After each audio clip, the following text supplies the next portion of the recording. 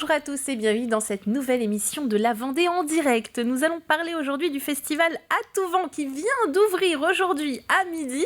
Ça se passe bien évidemment à Notre-Dame-des-Monts. Pour en parler, je suis en compagnie de Cécile Angenieux-Sobasto. Bonjour. Alors vous êtes trésorière de l'association Les Amis d'À tout vent qui organise donc ce gigantesque événement qui dure pendant 3 jours. C'est donc du 7 au 10 juillet. Rappelez-nous déjà finalement qu'est-ce que c'est que ce festival, quel est le principe ? Alors ce festival déjà est co-organisé avec la ville de Notre-Dame-de-Monts parce que sans la ville, nous n'arriverions pas à mettre en place un aussi gros événement. Et le festival À tout vent est un festival qui a pour but de faire découvrir aux gens l'univers du cerf-volant et de tous les cerfs-volants. Surtout, et cette année quand même, année un petit peu exceptionnelle pour nous, puisque c'est notre 20e anniversaire. Et oui, 20 bougies à souffler, et alors pour l'occasion, vous avez décidé de nous faire un best-of des meilleurs moments. Tout à fait. On veut, pour les gens qui nous connaissent, qu'ils puissent retrouver tout ce qu'ils ont aimé en venant nous voir, et pour ceux qui ne nous connaissent pas, leur dire venez cette année, vous allez voir le meilleur de ce qu'on peut vous proposer. C'est-à-dire, par exemple, c'est-à-dire les créateurs qui ont vraiment marqué les années précédentes, du spectacle toute la journée, la compagnie Carabosse qui va nous proposer 2 soirées enflammées et à ne pas rater, la DJ Elisa do Brasil qui va enflammer la soirée des 20 ans dimanche soir. Donc c'est vraiment tout ce qu'on peut proposer de mieux. Donc venez cette année. Si vous n'avez qu'une année, vous venir, c'est celle-ci. Ne la ratez pas. En matière de création de cerfs-volants, vous, qu'est-ce qui vous a marqué, par exemple ?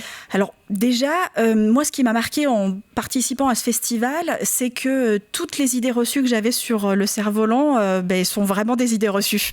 Il n'y a pas besoin de courir pour faire voler un cerf-volant, par exemple. Le vent s'en charge très bien tout seul. Et puis, il y a vraiment une diversité d'artistes.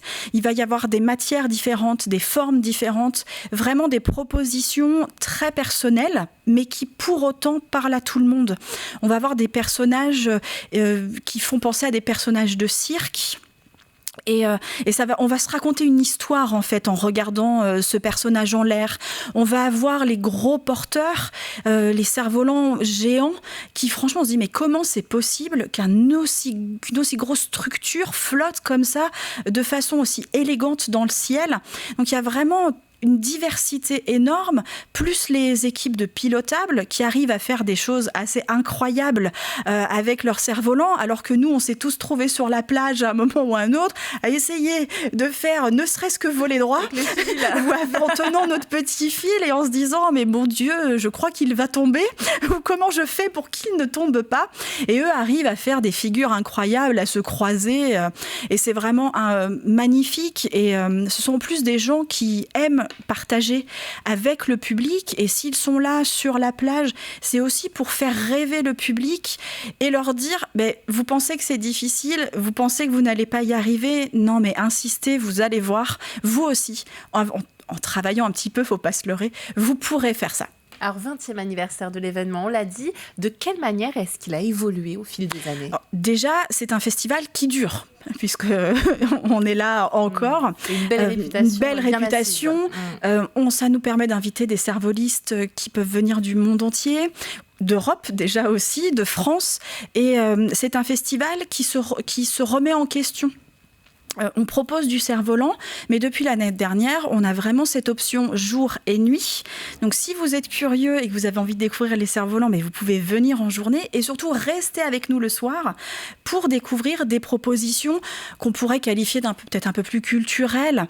Et on marie tous les publics sur le festival. On va avoir des familles avec des enfants en bas âge, mais on peut aussi avoir des personnes, juste des couples qui se promènent, des gens qui viennent entre amis, et on peut profiter d'une belle ambiance conviviale et vraiment, finalement, quoi qu'on aime, on peut trouver quelque chose à faire sur le site du festival. On aime travailler de ses mains, on a des ateliers de création.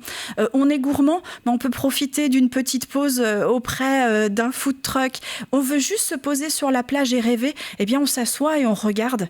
Simplement, les cerfs-volants, c'est aussi un spectacle gratuit Et il y a juste à lever la tête. Voilà, il y a juste à lever la tête, il y a juste à profiter, il y a juste à marcher sur le front de mer et à se dire que la vie est belle en fait à Notre-Dame. Alors c'est absolument gigantesque sur place. L'installation, elle se fait longtemps à l'avance ? Ils ont commencé 1 semaine et demie à peu près avant, parce qu'il faut installer tout le village du vent aussi. Là, les cervolistes sont arrivés depuis hier. Et ont déjà commencé à s'installer sur le site. Et là, depuis midi, c'est parti. Et alors, la météo est parfaite aujourd'hui ? La météo est parfaite aujourd'hui. Pour ceux qui le peuvent, je vous conseille de venir aujourd'hui et de rester avec nous jusqu'à ce soir pour profiter du spectacle de Carabosse. Et puis, pour ceux qui ne peuvent pas, on vous attend samedi, dimanche.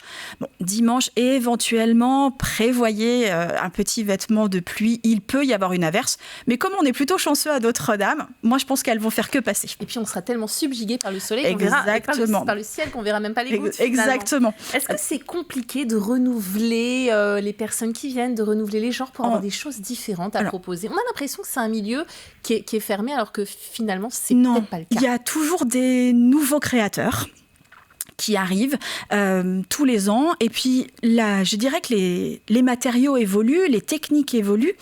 Et il y a des créateurs qui créent parfois depuis plus de 20 ans, mais qui soudainement découvrent un nouveau matériau et se disent « Ah, mais je vais essayer ça. Est-ce que je peux faire voler ?»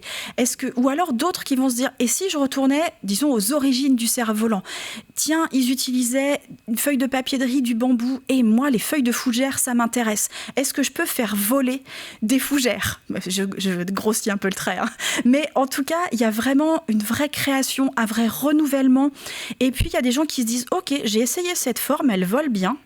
Celle-ci aussi, est-ce que je peux pas marier ces deux formes-là ? Si ça se trouve, ça va faire un truc super. » Et comme ça, il y a un nouveau cerf-volant qui arrive, qui apporte de nouvelles possibilités dans la manipulation. Il y en a certains, on peut en faire des pilotables, mais si on met qu'une seule ligne, ça devient un monophile.